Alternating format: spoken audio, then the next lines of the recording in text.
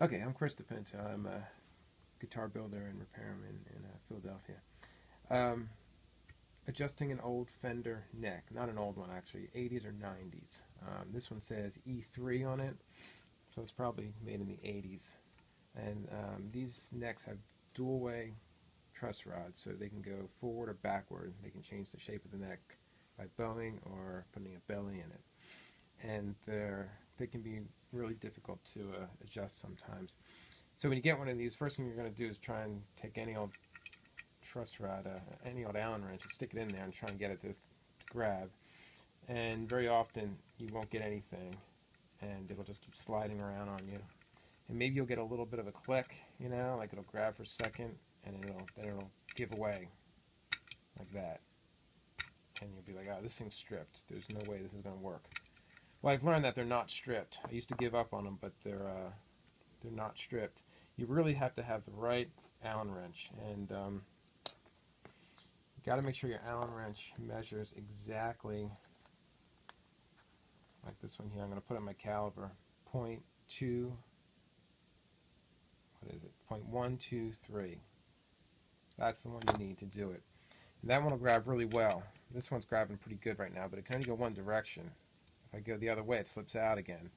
So it was driving me crazy. I couldn't figure out why they would be stripped just in one direction. So I started to look down in there, and I couldn't understand why it was so shallow. Like, how come the thing doesn't go in any deeper than that? And I started to see if there's anything stuck in there. So I started to pick away at it with a dental tool, and I realized that a lot of debris can get stuck down in these truss rods.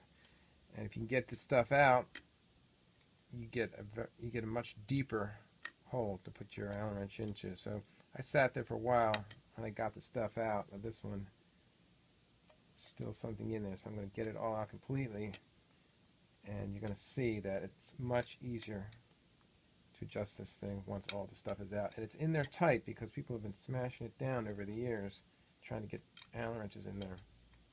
Now, I don't know what the debris is. It's probably just like dust and wood dust or wherever the thing. Here's some right here. There it is. You get all that stuff out of there, you're going to have no trouble. You probably can get away with even using a smaller Allen wrench, but we're going to use the exact one that was supposed to be used for this. Just the .123. I'm going to put it in there, and there it goes. I can get adjustment in either direction. I can turn it around. I can get the adjustment going. There it is. So these can be adjusted. You just got to have the right Allen wrench. You got to make sure there's nothing blocking the thing. And you can look down in there and you can see that there's a pretty good shape. You just have to understand how you're looking in there, because these are deceiving. The circle in there is not where you're putting the Allen wrench. The circle is it's hard to explain, but the head of the truss rod is pushing back to get it to go in two directions. So there's a circle, then you see a hex shape down inside there. And that's the hex shape that you need to match the Allen wrench with. And once you get it, it works perfectly. So, late 80s, 90s, don't give up on them. You can adjust these necks.